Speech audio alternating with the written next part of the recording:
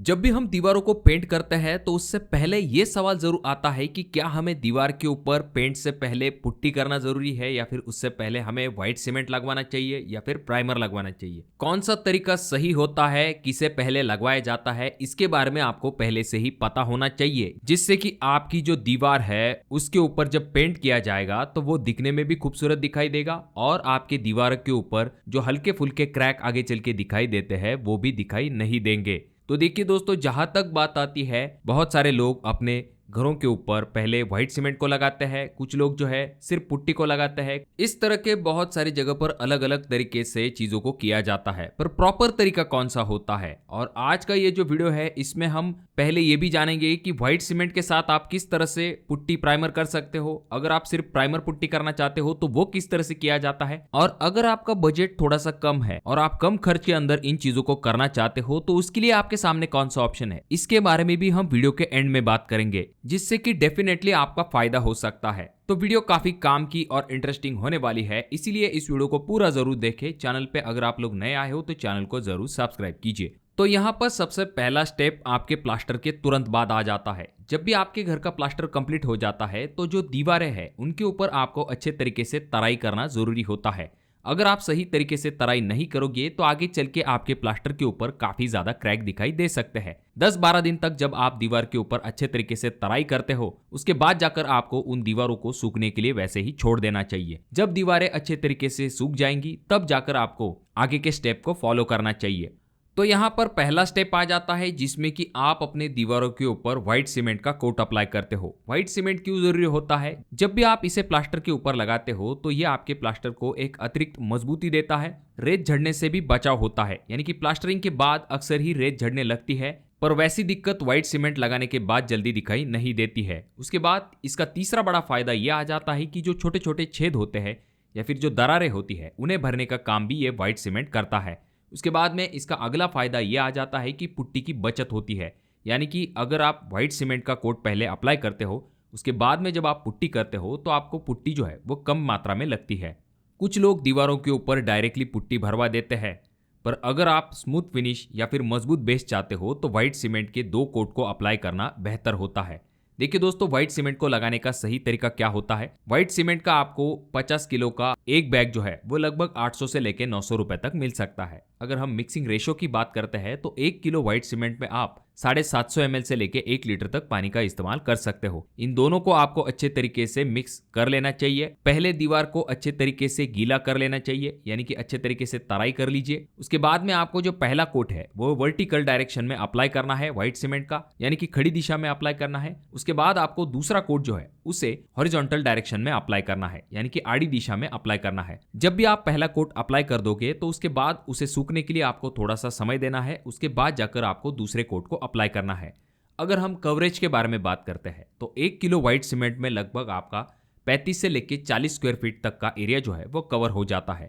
वहीं पर double coat करने पे लगभग आपका 20 से लेकर 25 स्क्वायर फीट तक एरिया जो है वो कवर हो सकता है। यहाँ पर आपको ध्यान देने वाली बात यह है कि अगर आप सही तरीके से तराई नहीं करोगे तो आगे चल के आपका जो व्हाइट सीमेंट है वो झड़ सकता है। अब जब आपका व्हाइट सीमेंट का कोट कंप्लीट हो जाएगा उसके बाद दूसरा स्टेप आ जाता है जो कि है पुट्टी। देखिए दोस्तों, पुट्टी करना क्यों जरूरी होता है।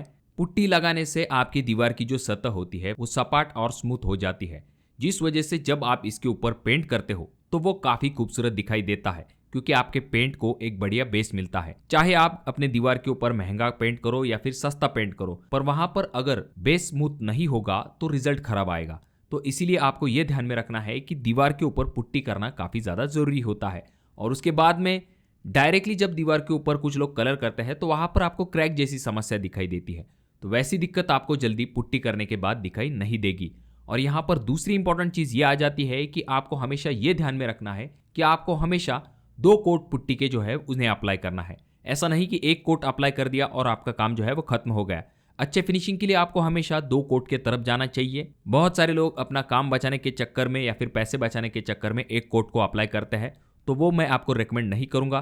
थोड़े से एक्स्ट्रा पैसे जाएंगे, पर अगर आप 2 कोट पुट्टी अप्लाई करते हो तो डेफिनेटली ये आपके लिए काफी बेस्ट ऑप्शन हो सकता है और इसके रिजल्ट भी आपको काफी अच्छे मिलेंगे। और ये जो पुट्टी होती है, जब भी आप अपने घर का काम कंप्लीट कर देते हो तो तुरंत आपको करना फायदेमंद इसीलिए साबित होता है क्योंकि आगे चल के जब आपके घर के अंदर सामान आता है और आप ये कहते हो कि मैं आगे चल के पुट्टी करूंगा, तो एक बार इस वीडियो को देख लीजिए। इतनी ज़्यादा धूल होती है, ये जहाँ पर कमरे खाली है वहाँ पर साफ करना तो आसान होता है, पर जहाँ पर सामान होता है तो उसे शिफ्ट करना पड़ता है, वहाँ पर भी धूल जाकर जमा होती है। तो इसीलिए अगर पॉसिबल है तो स्टार्ट में ही 2 कोट पुट्टी देने का प्रयास कीजिए। अगर हम पुट्टी लगाने के सही तरीके के बारे में बात करते हैं तो पहला कोट जो होता है वो आपको वर्टिकल डायरेक्शन में अप्लाई करना है, जैसा कि आप अगले वीडियो में देख सकते हो।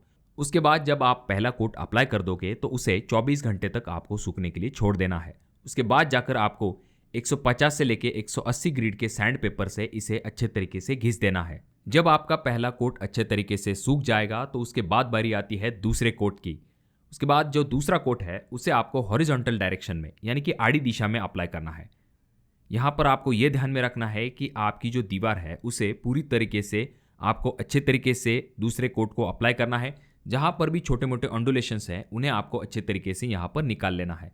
और ये ज़रूर ध्यान में रखिए कि पुट्टी का मतलब ये नहीं कि आप उसे प्लास्टर की तरह अप्लाई करो। ज़्यादा अगर आप थिकनेस कर दोगे, यानी कि 1-2 mm से जितना ज़्यादा आप थिकनेस बढ़ाते जाओगे अपने प्लास्टर की कमियाँ छुपाने के लिए, तो वहाँ पर जितनी बड़ी आपकी पुट्टी बनती जाएगी तो उसके पपड़ी बन के नीचे गिरने के चांसेस बढ़ जाते हैं।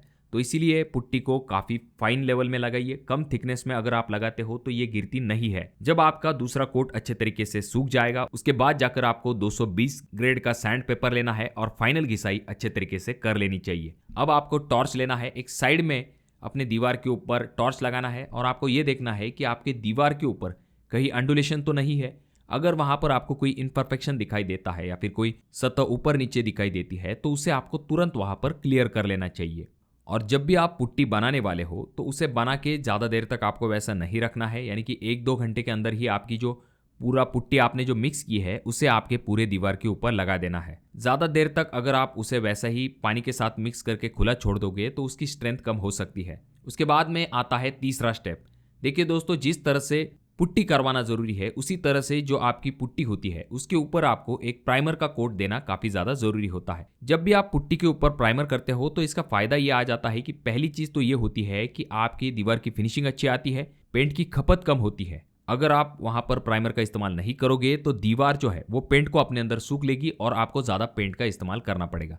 उसके बाद में ये जो प्राइमर है इसका फायदा ये होता है कि जो पुट्टी और आपका जो पेंट होता है इन दोनों के बीच में एक मजबूत बॉन्ड बनाने का काम ये प्राइमर करता है और प्राइमर की वजह से पेंट का जो असली रंग और फिनिशिंग होती है वो बाहर निकल के आती है। चौथा स्टेप आ जाता है जो कि है पेंटिंग। देखिए दोस्तों, ये सभी स्टेप जब आप कंप्लीट कर देते हो, यानी कि पहले 2 कोट आपके व्हाइट सीमेंट के, 2 कोट आपके पुट्टी के और 1 कोट आपका प्राइमर का, उसके बाद जाकर आपको आपके पेंट के 2 कोट को अप्लाई करना शुरू करना चाहिए।